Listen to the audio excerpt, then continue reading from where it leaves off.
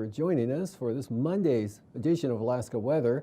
I'm Dave Percy, a meteorologist with the National Weather Service, and I'll be hosting today's show.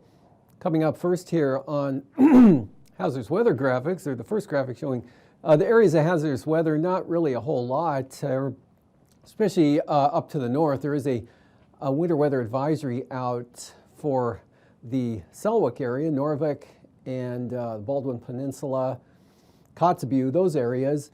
That's out for tonight, and looking currently, actually it's currently out, continues into tonight or this evening especially.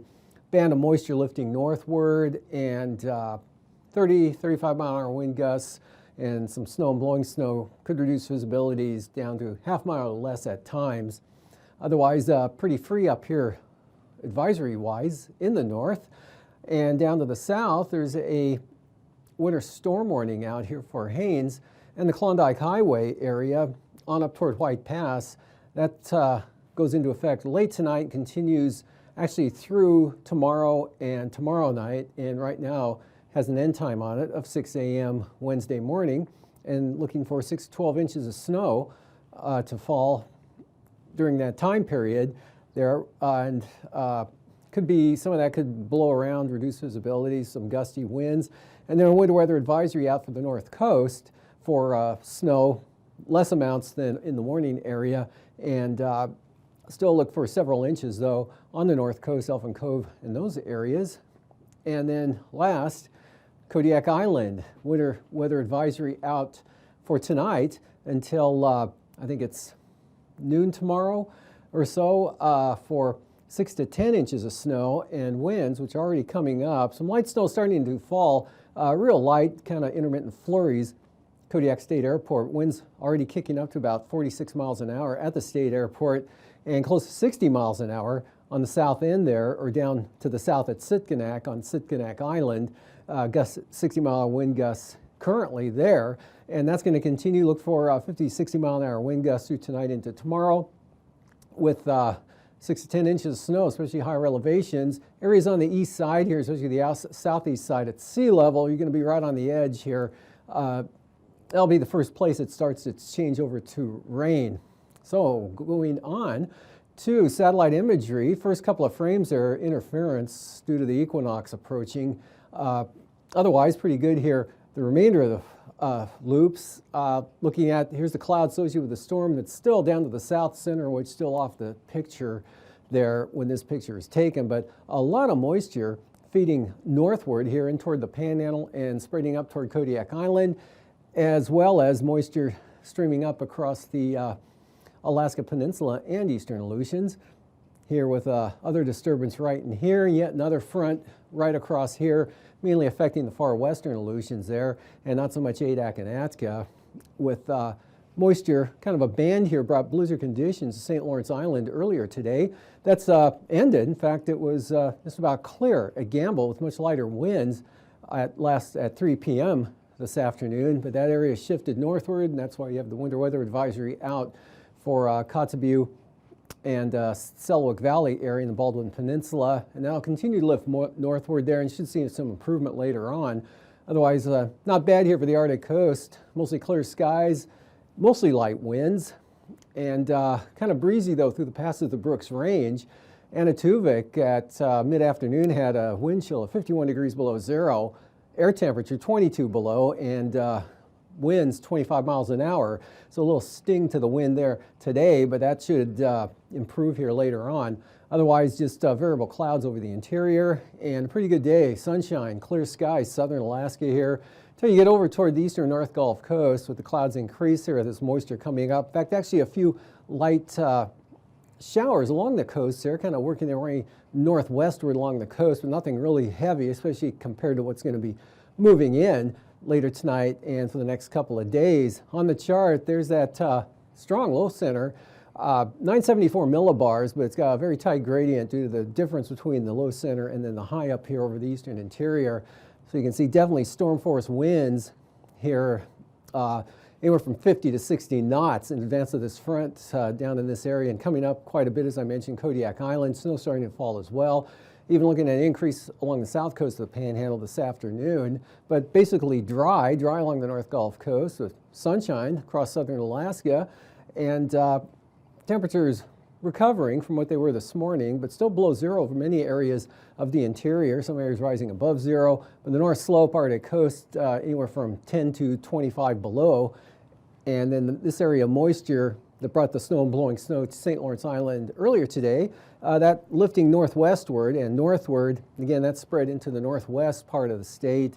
And out here to the west, got an area of rain and snow associated with this frontal boundary here. Shimia on over to about Adak, Atkin, the Clear, and snow and blowing snow with this area of moisture into the Unalaska area, with winds gusting per blocks increasing and up to about 40 to 50 miles an hour, St. Paul, St. George in the gusts here at mid-afternoon. Gusts to 55 miles an hour at Coon Island. Unalaska seeing gusty winds as well, and even the Alaska Peninsula and into Shelikof Strait, buoy there showing sustained winds at about 50 knots, or 50 miles an hour. Not quite a storm warning yet there, but Kodiak and again, winds will increase tonight. We'll see jump to the night. Front stays to your west. Again, the rain snow line very close down towards sea level. Whatever falls of snow will be of the heavy wet variety. But definitely the higher elevations we'll see heavier snow amounts, or at least better accumulations. And again, winds anywhere from 40 to 60 miles an hour in gusts. You can see a very tight gradient here right across the island. And actually gradient increasing here across all of southern Alaska. So too will the winds in response to that. And gales and storms in advance of this front pushing right up into the southeast coast. Winter storm warning, Haines, Klondike Highway, and winter weather advisory north coast. Otherwise just gusty winds and rain and snow on down to the south, depending on your elevation. Dry over the Bering Sea here with this strong offshore flow. Easterly winds pulling the dry air out. So pretty good conditions, at least visibility and ceiling wise there. Snowfall not quite making it up to the Pribilofs tonight, and probably won't tomorrow either, but definitely will be locked in over the Aleutians. And that trough here up to the north kind of hangs up there along the northwest coast. Still brings a chance of snow there for the western Brooks Range, western North Slope, on out to the central Arctic coast. And then looking at the forecast for Tuesday, that thing kicks off to the east here, kind of changes direction as higher pressure builds in behind it. Look for a lot better conditions tomorrow, and you'll have tonight here for the western Arctic coast, down in the Seward Peninsula, Kotzebue advisory areas, Kobuk Valley, just variable clouds tomorrow with light winds, but windy and clear southwest coast into the Kuskokwim Valley, Delta, Mid-Valley areas there. Even a little bit of increase in the winds along the over some areas of the Tanana Valley, central interior specifically. And this front right up along the eastern North Gulf Coast, and snow again. Klondike Highway on up to the pass with rain out along the coastline. Starting to get a little more showers as front edges eastward. If it does get past the coastline, you'll see much better conditions, lighter winds, lighter precipitation.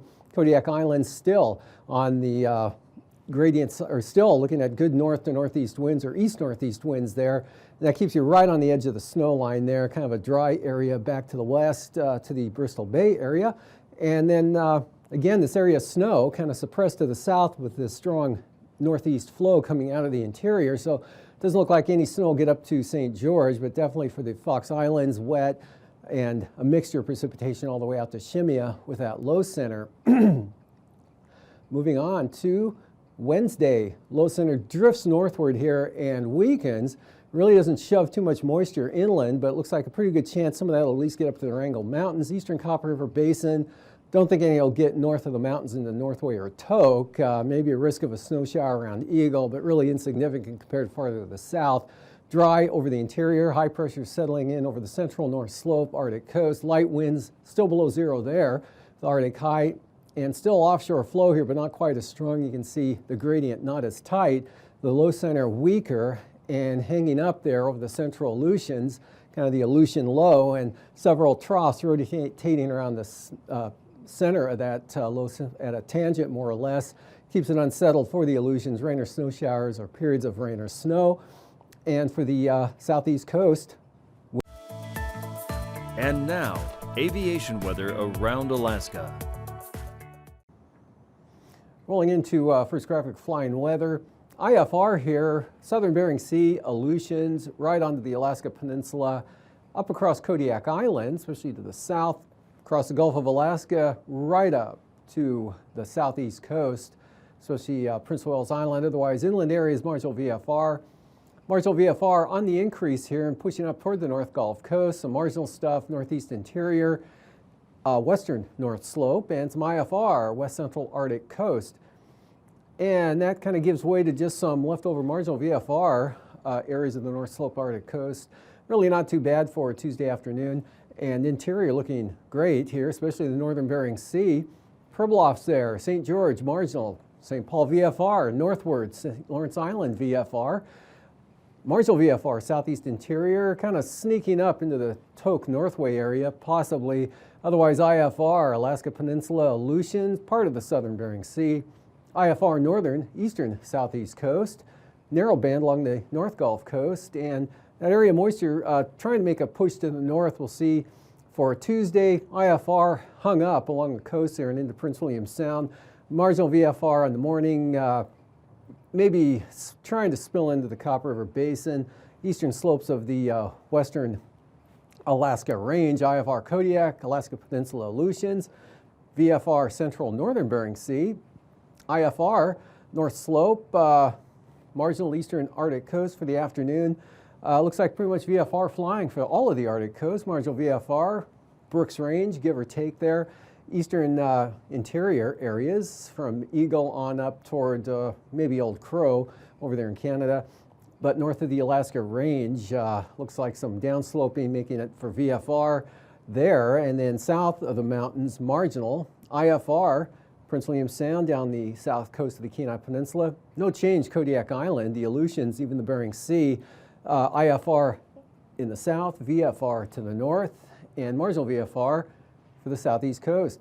Passes Anatuvik, VFR tomorrow. Looks like Adigan as well, VFR flying for both those Brooks Range passes.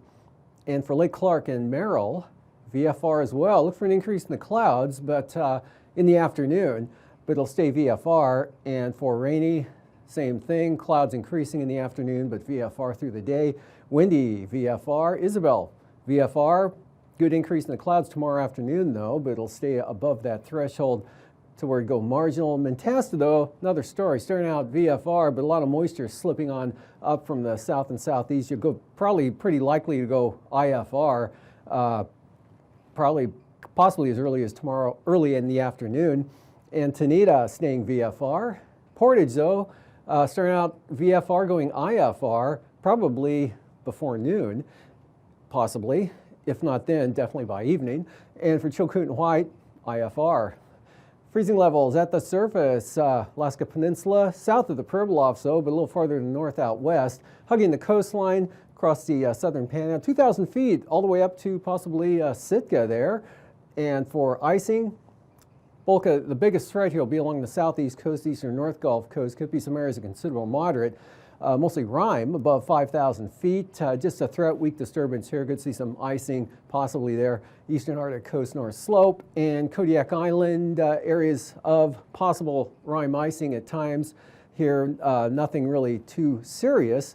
Extending across the Alaska Peninsula, eastern Aleutians, mostly the southern Bering Sea, the Aleutian chain there, kind of on the southern fringe of that. Certainly nothing too serious there. And jet stream showing ridging here from the interior, extending to the main center here just off the Russian coast. And the flow, strong jet here to the south, kind of splits right through here, backing around up over the top, 60 knots out of the west for the Arctic coast North Slope. And then ridging here, south and southwest flow up to 70 knots across the Panhandle, turning southeast, pulling the moisture in. We'll see at 9,000 feet, but only about 25 knots. 45 knots for Kodiak there, and easterlies 25 to 35 here, southwest interior, and 25 to 35 southern Bering Sea along and just north of the Aleutians, 25 into the Panhandle, 3,000 feet. 30-knot winds showing up along the coast tomorrow afternoon, east 45 here toward the Kenai Peninsula, Kodiak Island, 45-knot winds east-northeasterlies, up to 55 knots here over the southwest interior, 28 to 35, strongest over the western Aleutians. Turbulence, moderate chop pretty likely here in the orange shaded area, especially for small aircraft along the North Gulf Coast, Kodiak Island, and the western Alaska Range.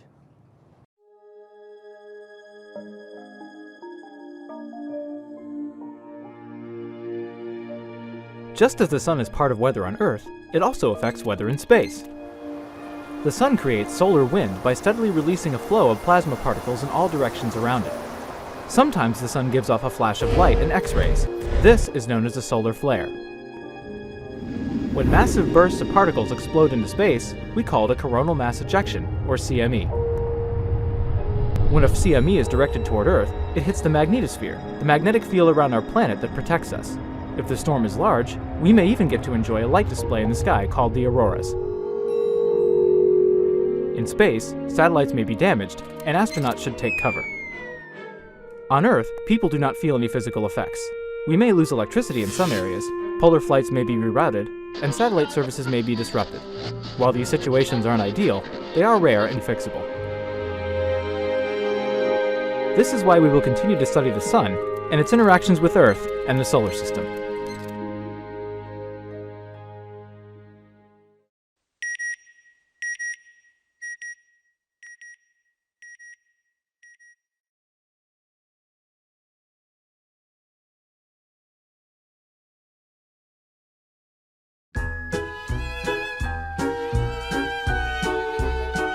Longing for more space, open skies, and exotic travel?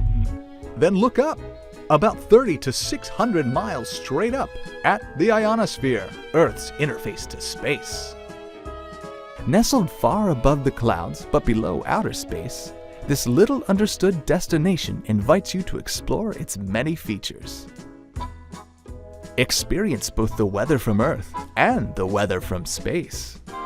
Marvel at the ballet of radio waves and navigation signals, like GPS, leaping through this particle paradise.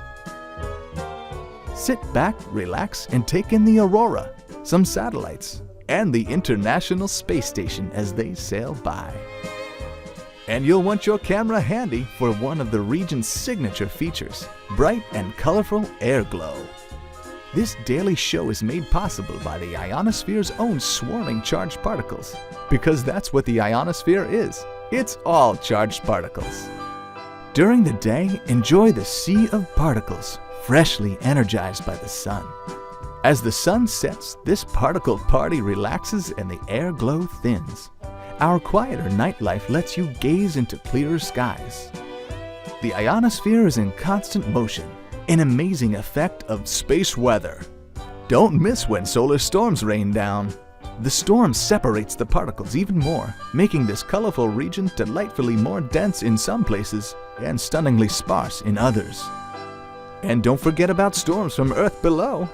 Your weather from back home also stirs up this one-of-a-kind destination. Experience the unique beauty of every season, as changes in Earth's atmosphere, daily and annually, can create pressure waves, changing the ionosphere's shape and density. Venture to the equator, where our particles are packed in lush and thick. Cruise along a magnetic field line and see how the ionosphere's charged material also interacts with Earth's own magnetic field. Don't miss the superhighway of particles zipping out to space and back down to the planet. This unpredictable parade of charged particles can help you unplug and unwind. This is because the crowd of particles can garble the radio and satellite communications from home. The ionosphere welcomes you to discover more about this little-known region. After all, once you've explored this interface to space, who knows how much farther you'll be able to go.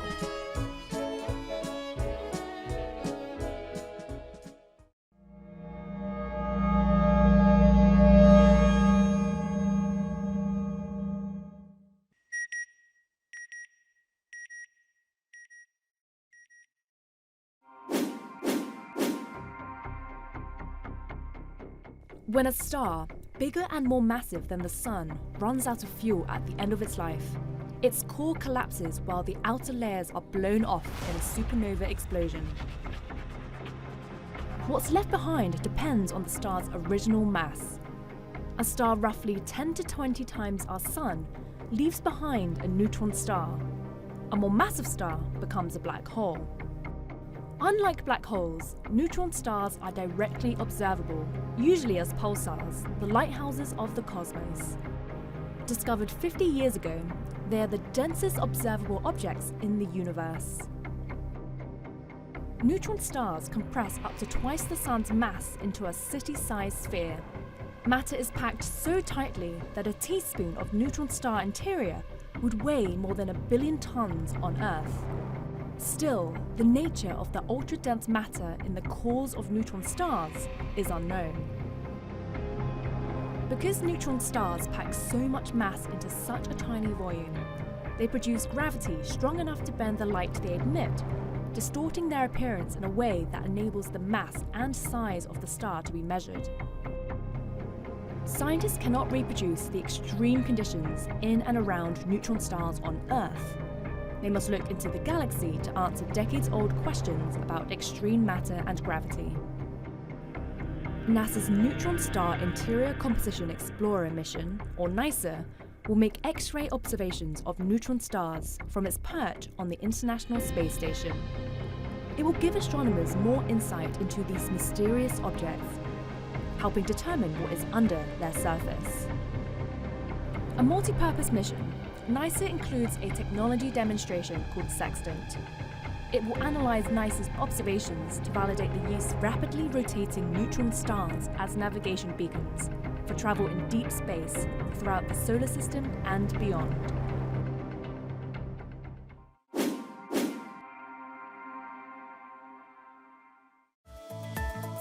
And now, marine weather around Alaska. Welcome back. Today's sea ice analysis. Not much different from what we saw yesterday, the day before. A little bit of an increase here around Bristol Bay somewhat, and the main drift has been off to the west with the easterly winds, and that's going to continue for the next couple of days as winds basically stay east or east-northeast here, blowing right off the ice edge, so that'll be the main direction. It'll be off to the west. Coastal water forecast for the south coast here. Southerlies 25 to 30 tomorrow. Good for small craft advisory, seas 16 feet. Small craft advisories also for Clarence Strait and Stevens Passage. For southeast winds, sustained 25 knots, seas 5 feet. In the case of Stevens Passage, looking at gale force gusts to 35 knots. North 30 for Lynn Canal, 6-foot seas. And good gales on the north coast. Out of the east, 40 to 45 knots, seas just under 20 feet. For tonight, for Wednesday, look for southwest winds there blowing into the coast of Prince of Wales Island at 25 knots. Otherwise, southeast winds here on the central coast, 25 to 30 knots, seas just under 20 feet. And small craft advisories, Stevens Passage and southeast 20 for Clarence Strait. And Lynn Canal south, sustained 25 with gusts to 40 knots out of the south. And for the north coast, south to southeast at 25 knots with seas, again, near 20 feet. Prince William Sound tomorrow, northeast, 25 knots, seas 4 feet. Much stronger, though, out on eastern North Gulf Coast with northeast winds at 40, sustained, gusts to 60 knots. And then near storm force northeast winds here, especially for the Barren Islands, at 50 knots, 45 knots, western North Gulf Coast, seas 25 to 27 feet. And storm warnings out for Kamishak Bay, northeast 50 tomorrow, seas 19 feet. Southern Cook Inlet, northeast at 40 knots, seas 13 feet. And brisk wind advisories north of the Forelands. Wednesday, Northern Cook Inlet, northeast 20, 30-knot northeast winds here. Southern Cook Inlet, winds coming down, swinging around to the north at 30 knots, Kamishak Bay. And Barren Islands, northeast 25 knots. North Gulf Coast east or east-southeast at 25, seas 16 to 18 feet. Winds down to 20 knots now for Wednesday. In Prince William Sound, seas subsiding to 4 feet. Kodiak Island, northeast winds 50 knots. Storm warning, Shelikof Strait, all the marine areas, all the way down to Castle Cape. Looking at those northeast winds sustained 50 knots, and the Alaska Peninsula northeast 40 to 45 knots. Gale warnings, Bristol Bay, northeast winds at 35. Those will come down to 20 knots on Wednesday, and for the Alaska Peninsula, much lighter winds out of the southwest, 15 to 20 knots. And small craft advisories, Castle Cape to Sitkinak, 25-knot westerlies, 20-knot westerlies east side of Kodiak, Shelikof Strait, though, north at 30. Fox Islands tomorrow, east-northeast, 20 to 30 knots, seas 12 to 19 feet. Central Aleutian, small craft advisories, east or east-southeast, 25 to 30, and then 30-knot easterly winds from Adak all the way out to Shemya.